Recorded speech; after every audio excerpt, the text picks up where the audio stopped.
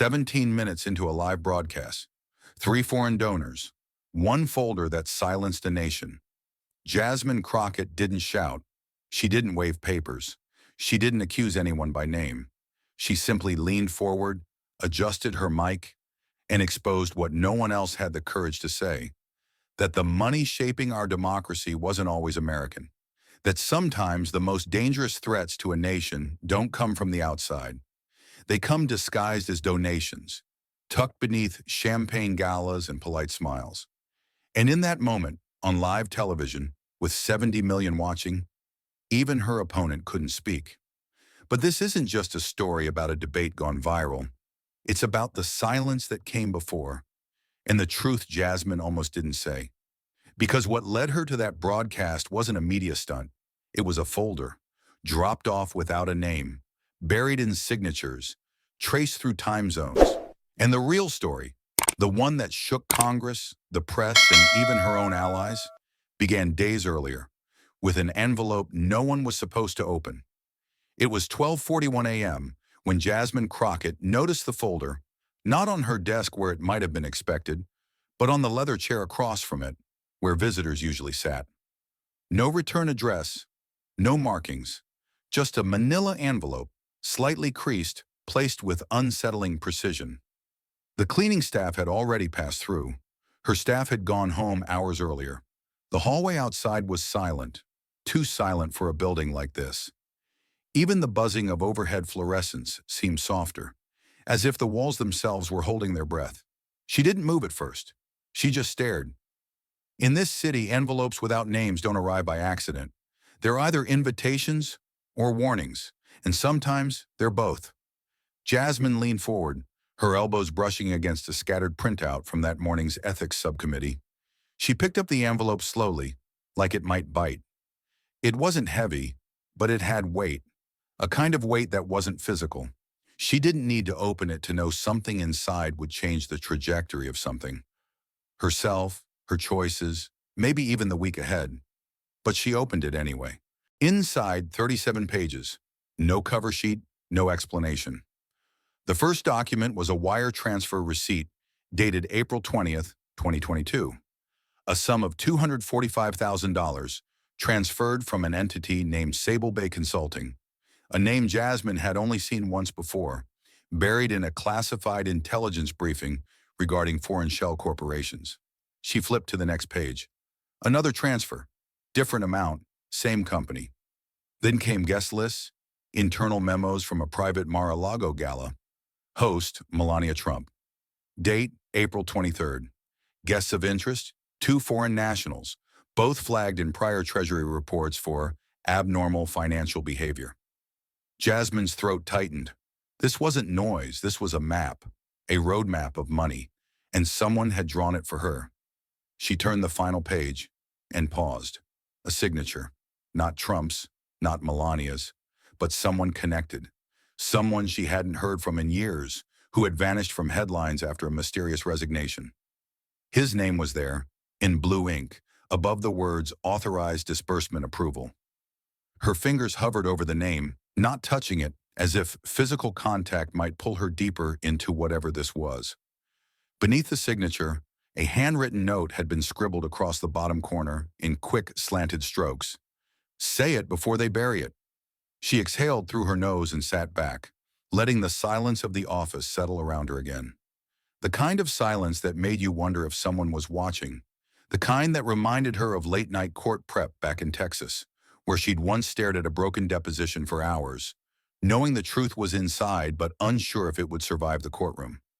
Jasmine didn't believe in paranoia, but she did believe in patterns. And something about this folder felt too curated to be random, and too quiet to be safe.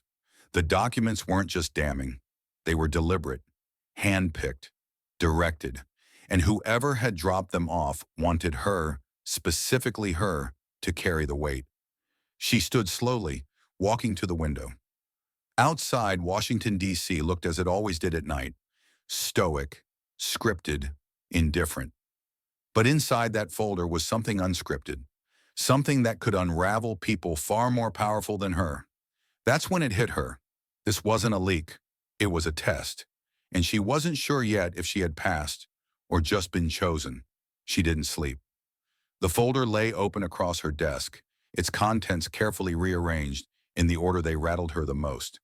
Jasmine had moved from shock to calculation, the kind of mental terrain she knew from courtrooms, except this time, there was no judge, no jury, no safe closing argument.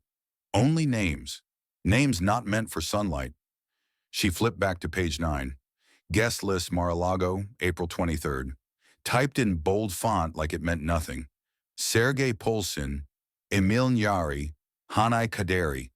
The kind of names that sound made up until you realize they've appeared in redacted documents and closed-door security briefings. Jasmine had seen one of them before, not in a news story, not in gossip, but in a restricted State Department slide deck from 2021, where she'd sat quietly in the back of the room, the only black woman present, pretending her presence wasn't treated as symbolic.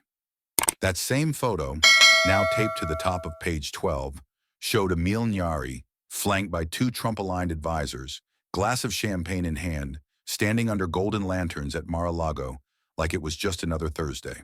Her stomach tightened. Nyari wasn't supposed to be on American soil. Not then. Not unsupervised. He had been flagged years ago in a French investigation involving arms shipments masked as communications technology. Nothing stuck, no charges. But the name never disappeared from the system.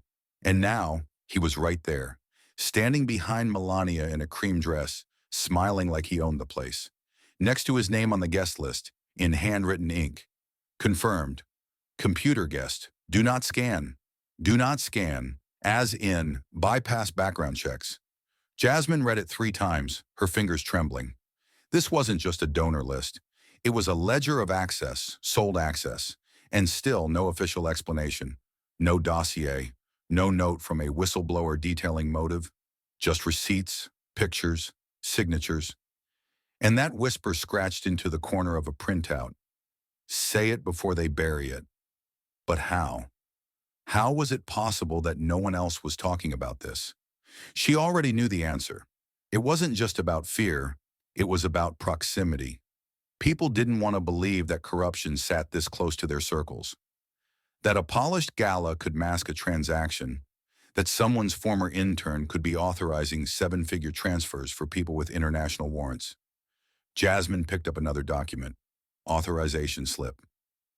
Trump legal aid, signed by a name she hadn't heard in over 2 years, R. Atwood. Ryan Atwood. Her breath caught. She remembered him.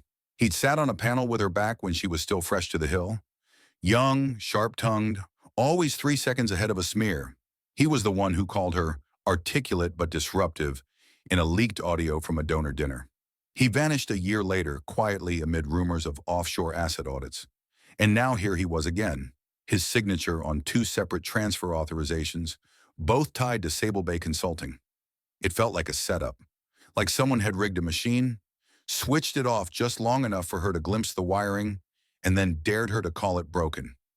And deep down, Jasmine knew why the names were handed to her this way, because someone wanted her to be the one to say them out loud, because no one else would, because saying them came with consequences.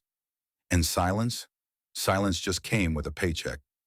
She stood again, suddenly needing air.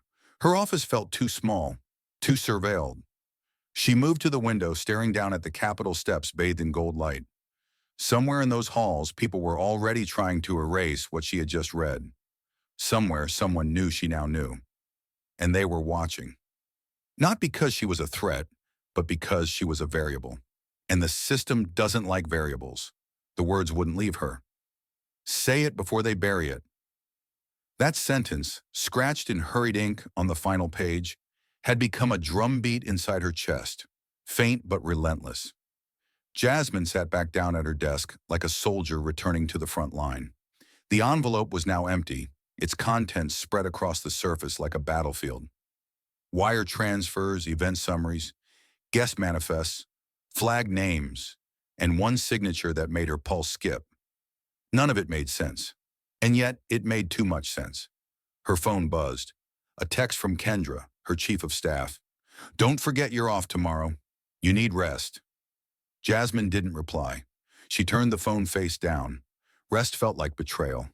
Every instinct told her to lock the folder in her drawer and pretend she'd never seen it. That was the Washington way. Shred the paper. Distance yourself. Speak in metaphors. Let the outrage pass and be replaced by newer, louder headlines. But something about the ink on those pages, the way certain lines were underlined, the strategic order of documents, the sequence of names, told her this wasn't just a leak. It was a test. Someone somewhere had chosen her. But why? She wasn't the loudest in the room. She didn't grandstand. She didn't have the clout of a committee chair or the protective shell of a national spotlight. What she had was something more dangerous. Conviction without compromise, a reputation for saying the quiet part out loud, and a long memory of what injustice looked like when it showed up with a badge and a loophole. She rose again and pulled the blinds shut. Across the room, the glow from the Capitol dome bled through the cracks. Jasmine stared at the floor, letting the silence settle into her lungs like smoke. She'd been here before, not this exact room, not with names this big, but with the same weight pressing against her ribs. Back in Dallas when she defended tenants whose landlords forged court dates. In courtrooms where the prosecutor wouldn't say her name, just called her the woman for the defense. And here it was again. Injustice wrapped in paperwork. Legal but wrong. Visible but protected. She opened the drawer, pulled out her black leather-bound notebook, and wrote a single line on the first page. If I say it too late, it's gone. She began to catalog each item in the folder by hand. Not because she didn't trust digital copies, but because paper feels real, unhackable, unalterable. The pages whispered something the system wanted buried, and if she didn't speak them into the light, they'd rot in the dark. That's when she realized it. This wasn't a warning. This was an inheritance. She was holding the proof of something massive, layered, deliberate, and designed to be untraceable. And yet here it was, traceable, touchable, and terrifying. Not because of what it said, but because of what it made her responsible for. As dawn began to creep across the edge of the city, Jasmine wasn't sleeping. She wasn't speaking.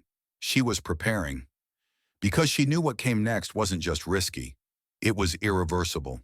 The sun hadn't fully risen when Jasmine Crockett stepped out of the black sedan.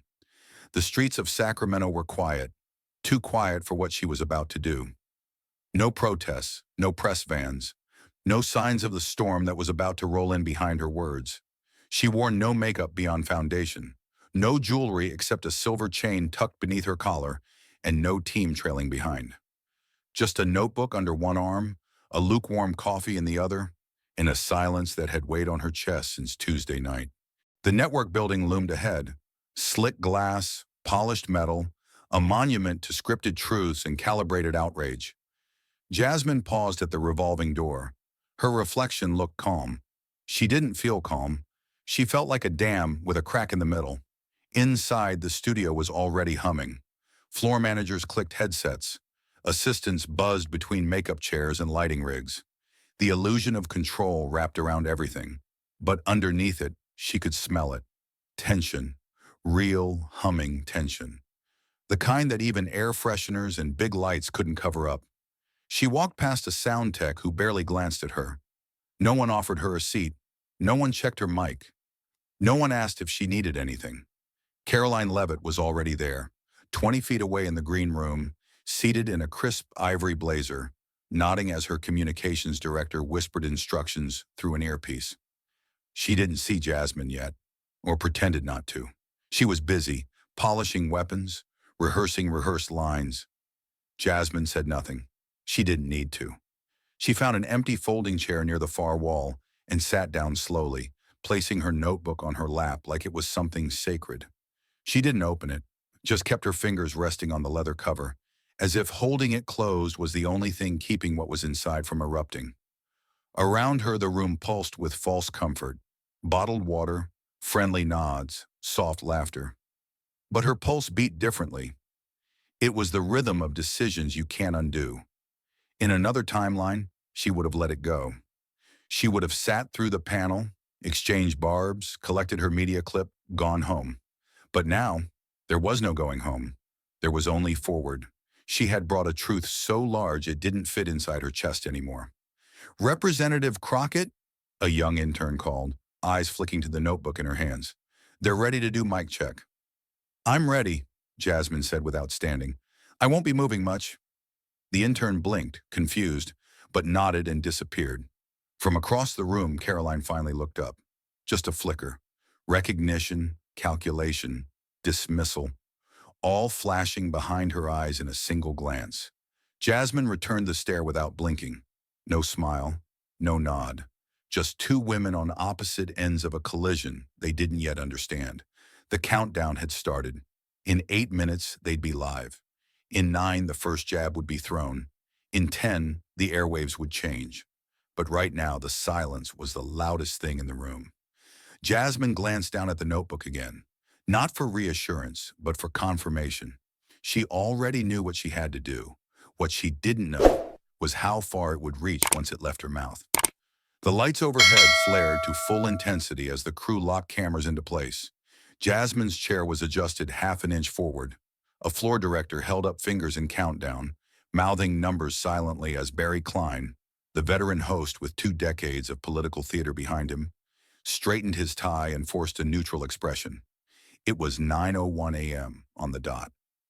Behind the desk, Jasmine folded her hands calmly, notebook beside her but still unopened. Her mic was clipped. Her voice was steady. Her pulse was not. Karoline Leavitt adjusted her posture beside her, every angle deliberate, her expression one of polished outrage waiting for ignition. She was good at this, very good, and Jasmine knew it. Barry's voice came in like velvet through a steel frame. Good morning, America. Today we welcome 2 powerful voices from opposite sides of the aisle. Congresswoman Jasmine Crockett of Texas and former Trump press advisor Karoline Leavitt. The topic, campaign finance reform, where the money comes from, where it goes, and what it means for democracy. Karoline's smile tightened. Barry continued, We'll begin with opening remarks. Ms. Leavitt, you have the floor. Karoline didn't waste a second. Thank you, Barry. Look, it's no secret America is in a fiscal freefall, brought on by unchecked progressive spending and bloated social programs that reward failure instead of incentivizing results. What we need is transparency and restraint. What we don't need is another round of virtue-signaling legislation that drains working-class pockets while empowering elites in Washington. She delivered it like a script she'd practiced in the mirror. Jasmine didn't flinch, didn't interrupt. She let Karoline's voice fill the studio like steam building inside a closed room. Jasmine could hear the familiar beats of political theater, talking points wrapped in conviction, a well-rehearsed jab at the left, and a confident gaze into the camera. Karoline went on, We have to ask, who's really benefiting from these reforms? Because if we look closely, it's not the single mothers in Detroit or the veterans in El Paso. It's the political machines, the friends of power, the same people who host glitzy fundraisers while pretending to be champions of the people. Barry nodded politely. Congresswoman Crockett? Jasmine inhaled once. Deep. Not for calm, but for control. She turned her body slightly, just enough to center herself on camera. Then she leaned toward the mic, not aggressively, not timidly, like someone about to read a fact from a file she didn't expect to need. Karoline, she said softly, almost conversationally, you're great at talking about spending. A faint smile flickered across Karoline's lips. Unless, Jasmine continued, her voice sharpening ever so slightly, we're talking about private money laundering through political galas. It hit the air like a suppressed detonation, not loud, but irreversible. Barry blinked. Karoline tilted her head, caught off guard but trying not to show it. Jasmine didn't blink. Let's talk, she said, about the 2022 Mar-a-Lago Gala. The silence that followed wasn't scripted, wasn't TV-friendly. It was the kind that slides under your skin before your brain can process what's happening. In the control room, someone dropped a pen. On set, a camera operator leaned in, instinctively, unconsciously, sensing something raw. Barry cleared his throat. Congresswoman, are you suggesting— I'm not suggesting, Jasmine cut in, her voice flat, steady, sharpened by the weight of too many nights spent preparing to say this exact thing. I'm stating that over $2 million in contributions were funneled through shell companies, one of which is Sable Bay Consulting, a foreign-linked entity flagged by Treasury, and that those funds trace back to a guest list hosted by the former First Lady herself. Karoline's face froze. Her mouth parted, then closed again. The air didn't shift. It stopped, and somewhere deep inside the building, someone watching the monitor whispered, "Oh my God!" Karoline blinked. Once, twice. Her lips parted as if to speak, but her voice refused to rise. She looked at Barry, then at the camera, then back at Jasmine, who sat unmoving, her voice calm but her words charged like exposed wire. Jasmine leaned back, just slightly, her tone flat but unshakable. The money, she said, was traced to a Beijing-linked holding group operating under the name Sable Bay Consulting. Barry shifted in his chair, a flicker of unease breaking through his practiced composure. Let's be cautious. Those are serious claims. Jasmine didn't flinch. Two of the executives from Sable Bay were at that Mar-a-Lago dinner. One of them is currently under investigation in the EU for laundering. The other holds no U.S. citizenship, but still managed to cut checks through a Nevada-based Shell LLC less than 48 hours before the event. The silence that followed was unlike anything the studio had experienced in years. Not dead air, not awkwardness. This was rupture, the kind of silence that hangs like smoke after something breaks and no one wants to be the first to breathe it in. Karoline's voice finally returned, tight, strained. That's a reckless accusation. Jasmine raised one brow, the way a seasoned lawyer does when someone invites cross-examination. Is it reckless if I have two signed documents? One from your party's former legal aid, authorizing the disbursements? Karoline looked down. Her eyes flicked toward her notes as if searching for a lifeline. Her fingers, untouched until now, fumbled with the capped pen she'd been given before going live. It clicked, then unclicked. Clicked again. Barry cleared his throat, trying to reclaim control. Let's stay on topic. I am on topic, Jasmine interrupted, not angrily, but like someone done entertaining fiction. This is campaign finance reform. This is what it looks like when billionaires, some of them foreign, purchase access behind closed doors while we pretend our elections are fair. Barry sat upright. His earpiece buzzed. Producers were panicking in the control room, scrambling for the commercial cue. One of them mouthed, "Cut to break." Barry ignored it. Karoline tried again. "You don't have evidence. You're throwing out bombshells for headlines." Jasmine didn't raise her voice. She didn't blink. She simply said, "Then sue me." The words cut through the studio like a scalpel. Not loud, not defiant, just devastatingly clear. The host opened his mouth but hesitated. Everyone did. The red light on the camera was still glowing. The live feed was still rolling. And for the first time in years, America wasn't watching a debate. They were watching a rupture. Jasmine turned slowly toward the camera, not for dramatics, but for truth. I didn't come here to perform. I came here to ask why no one is talking about money that moves through invisible doors. Why names that appear in federal watch lists are showing up on political guest lists. And why, when it's time to point fingers, the loudest voices always seem to have the cleanest hands until someone checks for ink. And just like that, the air changed. The control room stopped shouting. The viewers at home stopped scrolling. And Karoline Leavitt, the most prepared person in that building, sat still, silent, exposed, because America had just witnessed something it never expected. And Jasmine Crockett had just made the room freeze. It took exactly 6 minutes and 32 seconds for the first clip to hit Twitter. A shaky screen recording, phone pointed at the TV, capturing Jasmine's words with just enough lag to feel real, raw, unfiltered. The caption read simply, "Wait, did she just say that?" Crockett drops receipts.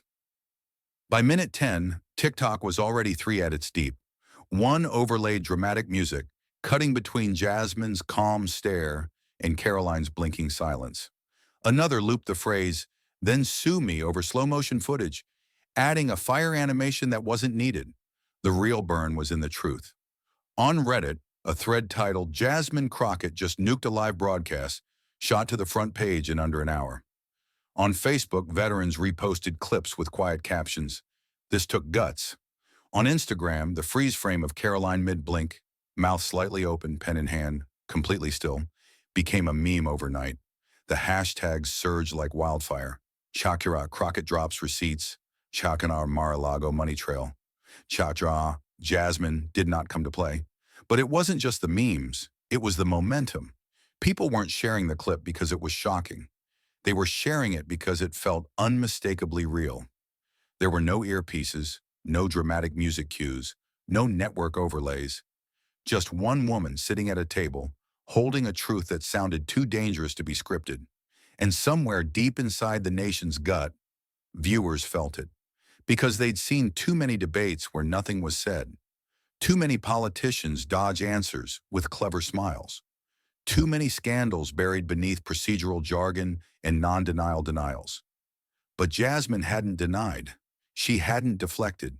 She'd declared, and she did it without shouting. That's what rattled them most.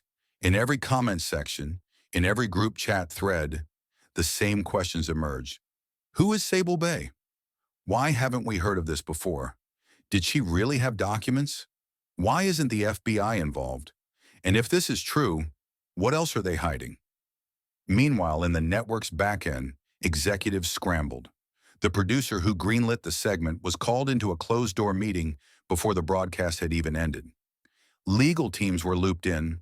Calls were made to review standards and prepare clarification points. But nothing could stop what had already begun. The footage had escaped the studio. It was everywhere now. Inside the newsroom, one intern whispered, "She's going to get buried for this." Another said, "Or she just changed everything." In D.C., Jasmine's staff started getting calls before the credits even rolled. Some from journalists, some from donors, some from old colleagues who hadn't texted in years, and one from a senior member of her own party. "You just kicked a hornet's nest with a chainsaw. Are you ready for what comes next?" But Jasmine wasn't checking her phone. She was still in the hallway outside the studio, notebook clutched to her side, eyes focused not on a camera, but on the floor beneath her feet. The kind of focus that comes from carrying something heavier than ambition. Because she didn't go viral to be famous. She went viral by accident, by saying something too dangerous for silence. And the algorithm, as it always does, obeyed the truth when it refused to be ignored. The car ride away from the studio was short, but it felt endless. Jasmine sat in the back seat, notebook still in her lap, seatbelt loose across her chest. She didn't speak. The driver didn't ask questions. Outside the tinted window, the city buzzed with the normalcy she had just shattered. But inside the vehicle, the silence throbbed like a pulse. Her phone lit up before the door even closed. The first notification was a missed call from her mother, then 2 voicemails, then 5 texts. Her brother's message floated on the screen like a neon sign. "You broke the internet. Thanksgiving's gonna be wild." Jasmine stared at it, unmoving. Her thumb hovered over the screen, not to answer, just to pause. The device buzzed again, this time from an unknown number. Another from a reporter she hadn't spoken to since her days as a civil rights attorney. Another from a prominent anchor who once called her unpolished in a leaked off-air segment. And another from a contact labeled only as Whistle. She didn't open that one. Mentions piled in like a digital avalanche. She said what no one else would. "That's not bravery, that's recklessness. Jasmine Crockett for president. Watch your back."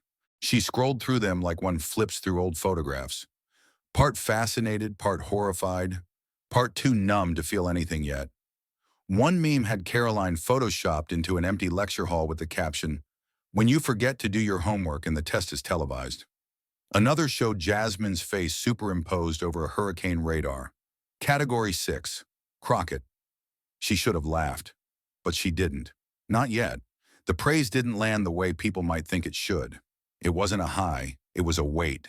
Because with every tweet, with every viral edit, came the counterforce. Those who didn't want her to be right, and who would make her pay for being correct. She opened a voicemail, her mother's voice trembling. "Baby, I saw it. I'm proud of you, but please be careful. You poked something big. Just don't be alone tonight, all right?" Jasmine closed her eyes. It wasn't fear that gripped her. It was clarity, a cold, cutting kind, because she knew what the system did to people who lit matches in dry rooms. They didn't jail you. They didn't discredit you immediately. They isolated you. They slowed your bills, killed your interviews, whispered your name in rooms you'd never be invited into again. And the silence from Karoline's camp, that was the loudest sound of all. Not a tweet, not a press release, not a quote for damage control, just nothing, which meant they were buying time or plotting response. Or maybe, just maybe, they didn't know what to say. The producer who had booked the panel texted a single emoji, a bomb. No words, no follow-up, just a small, pixelated cartoon of destruction. Jasmine turned the phone face down and stared out the window again. She remembered sitting in a courtroom years ago, defending a tenant whose landlord had filed false eviction papers, knowing she didn't have the resources to fight. Jasmine had won that case, but the woman never looked relieved, just exhausted, because justice, once you survive it, always comes late and never comes clean. Now here she was again, except this time the building was bigger, the names were louder and the stakes were national. But the fight was the same. She called out something no one wanted to name, and the world had heard it. But now, the real storm would begin. By the time Jasmine reached the sidewalk, the building behind her was no longer just a studio, it was ground zero.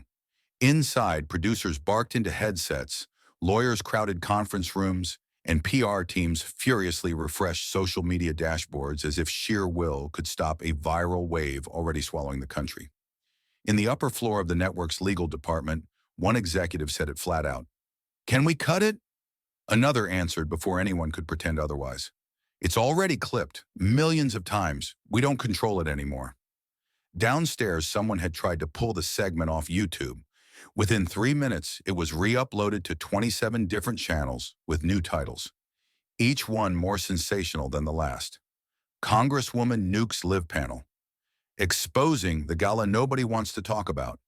Even international news outlets began to translate the moment, subtitling Jasmine's calm voice in French, Spanish, Mandarin. And in a sleek glass building across town, GOP headquarters, the mood was no better. Staffers scrambled through donor lists, cross-referencing Sable Bay, trying to figure out who had approved what, and more importantly, who had let Jasmine Crockett get that close to the truth. In a dim conference room, a senior advisor to a presidential hopeful muttered, "She wasn't supposed to have that." No one was, but she had, and she'd said it out loud, on air, with the kind of clarity that couldn't be spun without looking ridiculous. Across the country, donors started making quiet calls, not to distance themselves yet, but to prepare for the possibility. Some began requesting off-the-record assurances that their names hadn't shown up on any list. Others canceled scheduled events outright. One senator's aide even suggested scrubbing an upcoming gala, just in case someone asked the wrong questions. They weren't worried about Jasmine's evidence. They were worried about how much more she had, and whether she'd say it next week, or tomorrow, or tonight. Meanwhile, Jasmine was already halfway down the block, walking with quiet purpose. No press conference, no statements, no spin. Her notebook remained untouched in her hand, closed, unshaken, still full of what hadn't yet been said. A camera crew outside called her name, but she didn't stop. She didn't even turn. Inside the studio lobby, the intern who had handed her coffee hours earlier whispered to a colleague, "She didn't even open the notebook?" The other replied almost reverently, "She didn't have to." And that was the part no one was ready for. Jasmine Crockett hadn't come to perform. She hadn't come to threaten or scream or accuse without anchor. She had walked into a controlled environment, dropped a truth bomb the size of a congressional scandal, and left the match on the table without ever raising her voice. There was no rewinding it, no delaying it, no reframing it. Because once the lie is named, you can't put the genie back in the bottle. The first call came at 6:12 a.m. Jasmine hadn't slept. The sun was just beginning to cut through the city skyline when her phone buzzed on the kitchen counter. She let it ring. Voicemail. It was Congressman Hal Brenner, mid-70s, blue dog Democrat, 28 years on the Hill, and a man who'd once called her a needed jolt to the party's blood pressure. His voice was low, gravel thick, like someone trying to sound calm but failing. "You've got guts, Jasmine," he said, "but guts alone won't get you protected. I'm saying this as a friend. You just made a lot of enemies. Loud ones, powerful ones, and not all of them wear red ties." She hit replay twice, not because she didn't understand, but because she did. By mid-morning, her inbox was flooded, not by reporters or supporters, but by party operatives. Soft language, friendly tones, the kind of emails that pretended to offer help, while really offering a warning. "Let's talk about how to move forward. Carefully. We understand your concerns, but this would have been more productive through internal channels. Please don't let this become a distraction from our core message." Distraction, that's what they were calling it. Not corruption, not laundering, not the presence of foreign nationals at a private political event hosted by a former First Lady. A distraction.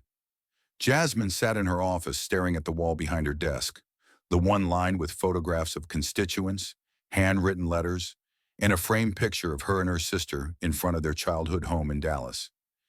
Every inch of that wall reminded her why she ran in the first place.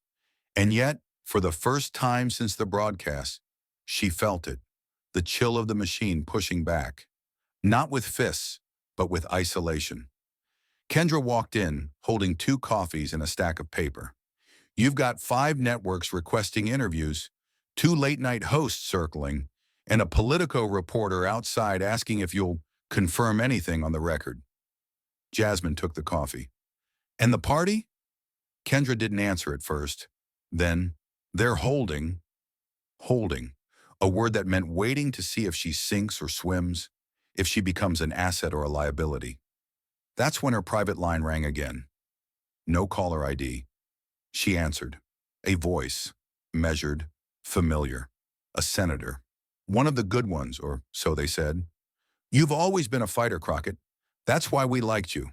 But you can't just drop bombs on national television without notice. It rattles donors, makes people nervous." "You mean it rattles the truth," she replied. There was a pause. "Truth is fine, as long as it doesn't take the roof off." Click. She didn't scream, didn't rage. Instead, she picked up her pen and wrote in her notebook. "When the truth threatens the building, they blame the one who yells fire, not the one who lit the match. Because that's how the system defends itself, not by proving you wrong, but by convincing you you're alone." And Jasmine Crockett had just stepped into the loneliest place in politics, the space between knowing the truth and daring to say it anyway. Jasmine stared out the window of her office, eyes unfocused, watching the Capitol dome in the distance, as if it might blink. But it never blinked. It just stood there, white, towering, unmoved, no matter how many lies were whispered inside it. The inbox behind her kept pinging. Supporters, detractors, strategists spinning, apologists scrambling. But she wasn't listening anymore. She was remembering. Not Washington, not the networks or the chaos or the war of headlines. She was remembering Dallas, a courtroom that smelled like mildew and cheap perfume, fluorescent lights buzzing above a woman in a faded green blouse and scuffed shoes, Denise Holloway, single mother, working 3 jobs, trying to keep her 2 boys in a 1-bedroom apartment. Denise hadn't missed rent. She hadn't broken her lease.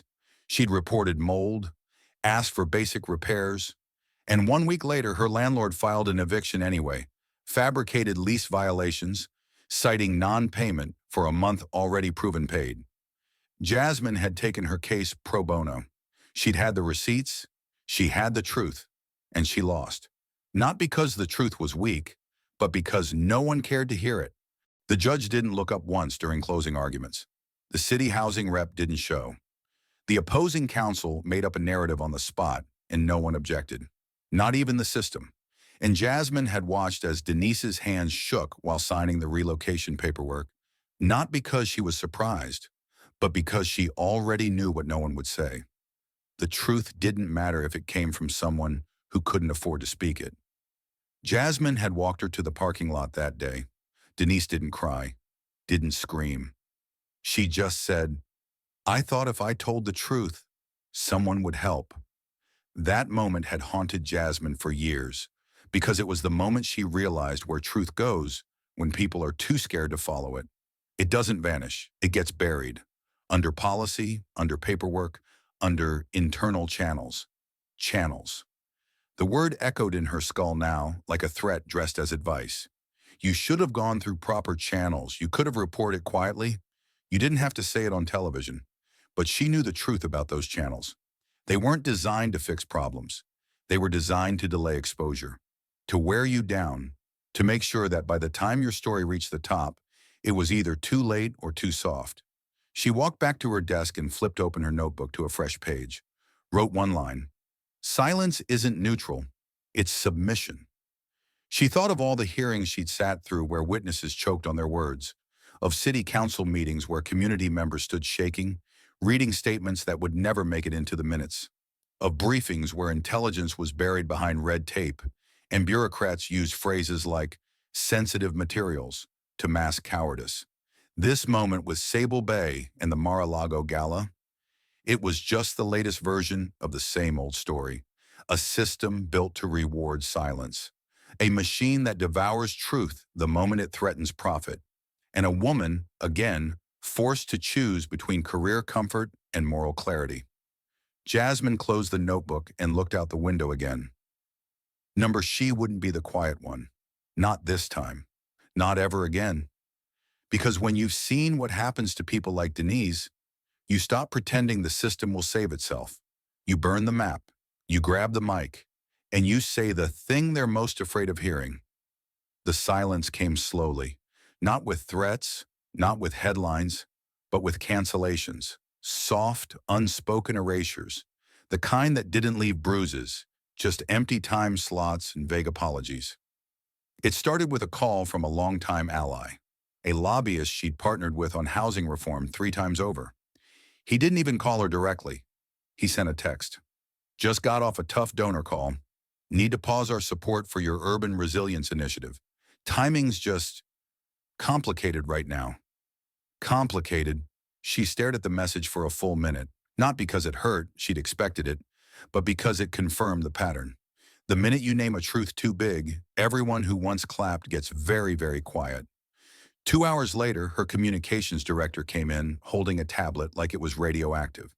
JCN just pulled the interview, she said carefully. The producer said they're rebalancing coverage for the week. Something about wanting to avoid fueling conspiracy narratives. Jasmine didn't ask which conspiracy they meant. Truth was always a narrative until it came with an arrest. She nodded and waved Kendra out of the room. Then she closed the door behind her, sat down and opened her notebook. Page 34. Top margin, in bold ink, speak. Even if your hands shake. Because she knew this part. The cold middle part of the story. The part between exposure and consequence. The part where the mob doesn't come for you, but your friends disappear. Where your name stops showing up on talking points. Where doors don't slam in your face. They just don't open anymore. She thought about the emails again. Should have used internal channels. You're risking our momentum. No one asked if what she said was true. They only asked why she didn't say it in a way that could be more easily managed, muffled, contained. That's how the machine works. It doesn't need to destroy you. It just needs to outlast you. The next call came from a scheduler with a Sunday roundtable. Apologetic. Quick. No one said she was blacklisted, but the slot now belonged to a senator who hadn't rocked any boats recently. She hung up and stared at the Capitol dome in the distance, an ivory giant pretending to be neutral. Jasmine knew better. Her phone buzzed again. Another unsaved number. This time she didn't pick up. She didn't need to. She knew what they'd say. Cool it down, let the fire pass. You got your moment. Don't push it. But she wasn't chasing a moment. She was dragging truth into daylight, step by brutal step, and paying the price with every hour that passed. Her campaign account dipped by 5 figures in a single afternoon. 2 donors unfollowed her on social media. 1 colleague ghosted her on a co-sponsored education bill. But her conscience? Crystal clear. Because Jasmine Crockett hadn't come to D.C. to make friends. She came to tell the truth. And even if her hands shook, she'd still hold the mic. The clip played in a loop on the cracked screen of Hector Padilla's laptop, grainy from compression but clear enough to stop him mid-sip of gas station coffee. Let's talk about the 2022 Mar-a-Lago Gala. He blinked, rewound it 5 seconds, turned the volume up. Jasmine Crockett's voice cut through the static again, calm, steady, lethal. Traced to a Beijing-linked holding group operating under the name Sable Bay Consulting. That was it. Sable Bay. One word. One ghost from a file he'd buried months ago. His stomach flipped. He pushed the coffee aside and opened a folder on his desktop labeled Storm Shelf. It was where stories went to die, unfinished leads, anonymized documents, things that didn't make it past an editor's inbox. But he remembered Sable Bay, a strange LLC that had popped up in a whistleblower dump tied to overseas wire transfers, legit on paper, but suspiciously connected to a shipping firm in Macau that had no ships. The numbers were too clean, the timing too perfect. Until now, no one had connected it to U.S. politics. Until Jasmine. Hector's co-working space in Tucson was half empty. Desert sunlight poured through the blinds as dust swirled in the air like warning smoke. He pulled out a yellow notepad and started scribbling. April 23rd, Mar-a-Lago, fundraiser, foreign guests, Sable Bay. He leaned closer to the screen and watched Jasmine again. Watched the way she said it, like someone who already knew the cost and didn't care. It wasn't theater. It was confession, delivered with surgical calm. That's what made Hector believe her, because he wasn't a network guy. He didn't chase outrage. He chased patterns. And the one Jasmine had just drawn connected to something he'd been chasing for over a year. Offshore transfers under $250,000 wired in clusters, always within 72 hours of private events. No public receipts, no FEC flags, just shadows. He opened another file. 3 flagged donations. $210,000 from a textiles company in Las Vegas. He $195,000 from a Phoenix-based car rental firm with no website. $247,500 from Arbison Global Logistics, based in Delaware but routed through Macau. None had shipping records. None had employees listed. And yet, each had maxed out contributions to a super PAC aligned with Trump's inner circle. Until this morning, they were just anomalies. Now they were evidence. He started dialing.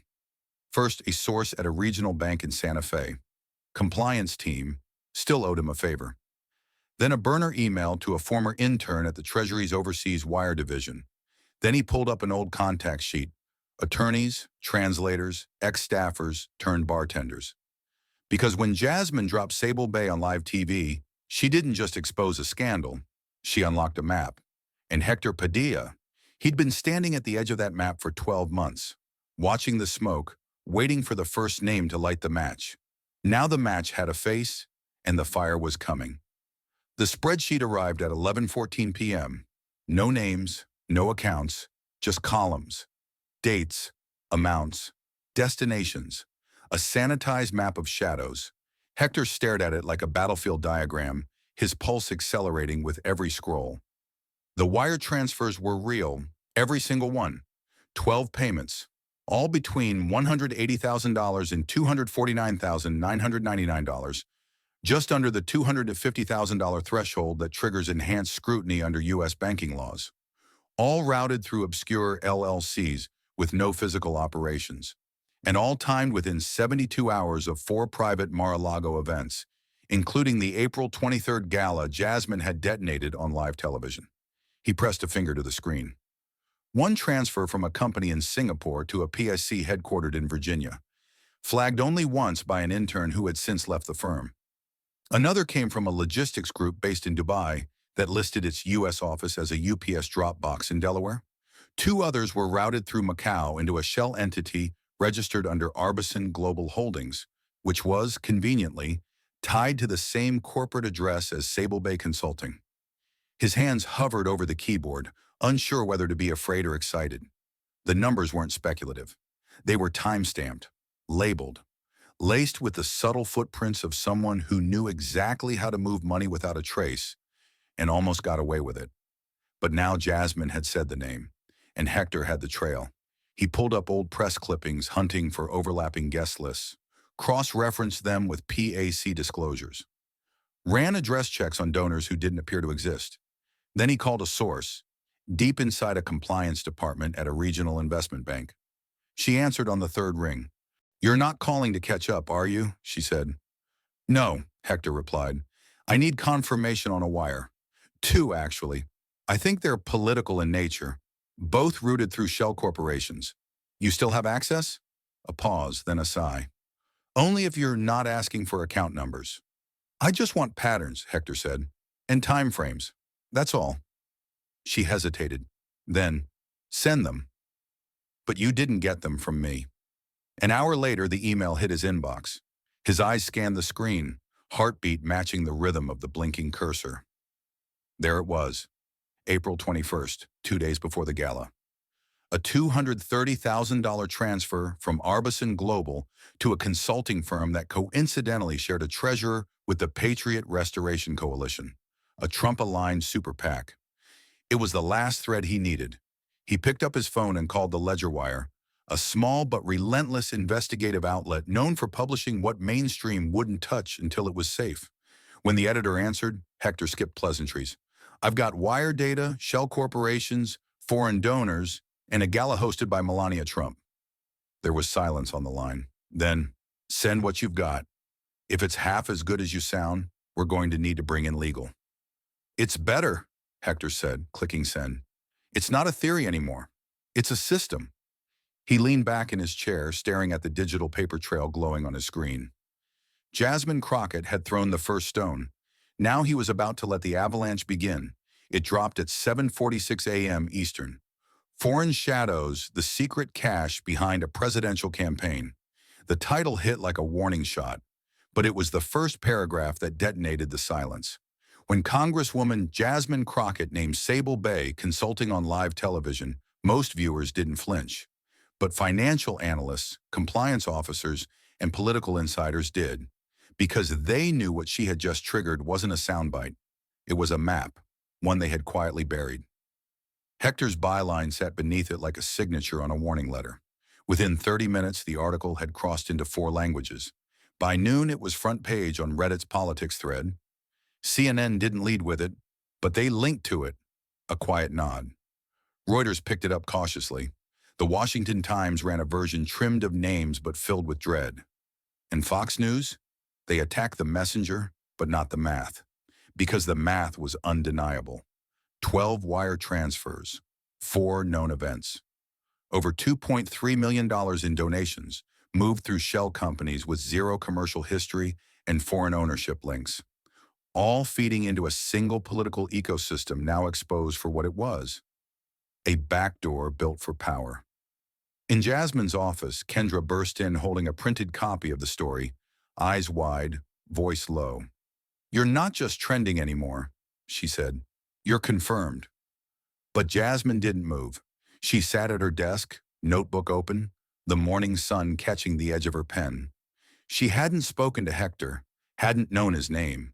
But now her own name was etched into the digital bloodstream of a story too structured to ignore and too true to bury. She turned the page and wrote one line. "Truth doesn't shout, it waits." And this time, the waiting was over. 3 days, no tweets, no statements, no appearances, just silence. For a woman who'd built a brand on fire and frequency, viral clips, press bites, sound bites sharpened into weapons, Karoline Leavitt's disappearance was deafening. Her social feeds went still. Her name vanished from morning lineups. Commentators started referring to her in the past tense, was expected to respond, as if something irreversible had already happened. Inside her Arlington office, the mood was siege-like. Her staff moved in whispers. Aides turned off red receipts. Phones rang unanswered. One junior staffer unplugged the landline after the 5th threatening voicemail. The blinds stayed shut, the inbox filtered by interns too scared to read what was coming in. Behind a closed door, Karoline sat motionless in a high-back chair, a tablet in her lap, the Ledger Wire article glowing on the screen. She'd read it 5 times, every word. Sable Bay, wire transfers, her own name in the guest logs. Her hands didn't tremble, her breath stayed steady, but something inside her refused to move, like a blade stuck between bone and certainty. "We should respond," her press secretary said on the first day. "Deny everything. Make it about Jasmine. Say she's grandstanding. Unverified leaks, foreign misinformation, same playbook." Another aide countered, "We say anything. We make it real. Best option.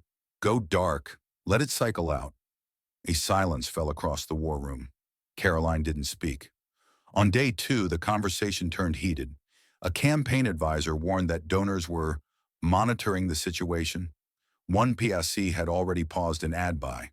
The finance director spoke in code. "The chair's not panicking, but let's not test gravity." Still, Karoline said nothing. On day 3, her scheduler quietly canceled a fundraiser in Des Moines. No reason given, just cleared. No one dared ask her why she hadn't responded, not out loud. But the question hung in every hallway, every glance, every Slack message between junior staffers too new to remember what silence like this really meant. Because in DC, you can survive outrage. You can even survive scandal if you own it fast enough. But silence? Silence in the middle of a firestorm? That's when the system starts making plans without you. Late that night, she sat alone in the dark conference room, only the screen light casting shadows across her face. Her comms director entered, hesitated, then asked what everyone else wouldn't. "What are we doing, Karoline?" She didn't look up. "I didn't know," she whispered. "Not everything. Not who they were." The comms director blinked, surprised. "You mean you didn't know? Or you didn't want to?" Karoline's fingers traced the edge of the screen, stopping on the paragraph that named her without saying it outright. The sentence that shifted her from architect to accessory. She didn't answer, because she didn't know anymore. But one thing had become terrifyingly clear. Jasmine Crockett had said something that couldn't be unsaid, and no amount of silence would unring the bell. It happened on a Tuesday. No leaks, no press buildup, no carefully worded teaser tweets. Just a 2-line email from Karoline Leavitt's office sent to a curated list of local reporters. "There will be a brief press availability at 3 p.m. Eastern Standard Time. Conference Room B, remarks only, no questions." Even the reporters weren't sure what to make of it. Most assumed it would be a soft denial, a recycled talking point, maybe even an attack on Jasmine. That was her playbook. But what happened inside that bland, beige-walled conference room would land like an aftershock. Karoline walked in wearing no makeup, no blazer, just a gray sweater and dark jeans. Her hair was pulled back into a simple bun. Her notes were minimal. She didn't carry a tablet, a folder, or a single prepared statement. No team flanked her, no podium. Just a microphone on a short stand, and the weight of too many silent days pressing down on her shoulders. She adjusted the mic once, took a breath, and began. "I've taken a few days to think carefully about what was said last week during the broadcast." Her voice didn't waver, but it lacked its usual crispness. It was quieter, rougher, human. "And after reviewing the documents now circulating, yes, some of this caught me by surprise." Reporters froze mid-keystroke. Karoline looked up, directly into the lens. "I wasn't in the room that night. I wasn't involved in the event's planning. But I did defend the integrity of something I didn't fully understand." She paused. "And that's on me." The room stayed silent. No clicks, no scribbles. Just breathless stillness. Karoline wasn't reading a script. She was confessing. There are systems in place in our politics that reward silence. Systems that train us to look the other way, to trust the people above us, to echo what we're handed. And I've benefited from that system." Another pause, then, "But last week, someone said something that forced me to stop echoing." She didn't say Jasmine's name. She didn't have to. What's being exposed is bigger than one event, one candidate, or one PAC. It's a pattern, and I didn't see it because I didn't want to. Someone near the back gasped softly. Karoline stepped back from the mic, not dramatically, just enough to signify that she was finished. She didn't wait for applause, didn't field questions. She simply nodded once and exited stage right as the reporters sat in stunned silence. Within minutes, clips hit the airwaves. "Leavitt doesn't deny. An unexpected turn. Silence shattered. Her words weren't an apology, but they weren't an attack either. They were something no one in that room had prepared for. Honest ambiguity, social media fractured. Some accused her of folding. Others praised her for showing rare political humility. Many didn't know what to think, but one thing was clear. The narrative had changed again. Back in D.C., Jasmine watched the press conference from her office, arms folded. Kendra sat across from her, stunned. "You think she meant it?" Jasmine didn't answer right away. Then, "I think she realized this isn't about party lines anymore." Kendra blinked. "Then what is it about?" Jasmine stared at the screen, where Karoline's image froze mid-sentence. Her voice soft, but certain. "It's about what kind of person you are, when no one's feeding you lines." Karoline Leavitt never mentioned the gala again. Not in speeches, not in interviews, not even in backroom conversations where denials were traded like currency. It was as if she had placed her confession on the table and walked away, leaving it there for others to study, ignore, or fear. But something shifted. 2 weeks after her press conference, the House floor buzzed with procedural votes, most of them routine. Amendments buried in bills, language tweaks, nothing flashy, nothing cable news-worthy, until H.R. 8139, a finance reform rider barely noticed by the public, but significant beneath the surface. A requirement that all political contributions over $50,000 be subject to enhanced origin disclosure, including cross-referencing with foreign financial institutions flagged by the Treasury. It came up for vote. No one expected Karoline to support it. She had opposed similar language 6 months earlier, citing bureaucratic overreach. But this time she voted yes. The chamber didn't gasp. There were no whispers. Just a digital board lighting up with a green dot next to her name. Small, glowing, undeniable. Jasmine saw it from across the aisle. She didn't smile, didn't nod. But she noticed. A week later, another vote, this one to expand FEC auditing authority for private campaign events hosted on foreign-owned property. Again, Karoline voted yes. No explanation, no tweet, just action. Jasmine marked the moments in silence, because this wasn't a reversal. It was a reckoning in motion, one that didn't need headlines to be real, one that couldn't be walked back with a press release. Because when the truth finally lands in someone's hands and they feel its weight for themselves, something changes. Not in speeches, but in the votes that leave a trail. Karoline had crossed a line she couldn't uncross. And though she never said Jasmine's name again, her actions whispered it in every chamber. The room smelled like old carpet and cafeteria coffee. The ceiling tiles were stained, the lighting flickered every fourth bulb, and the folding chairs wobbled on uneven linoleum. No camera crews, no podiums. Just 58 people in a Fresno community center, and a congresswoman standing in front of them with sleeves rolled up and no script in sight.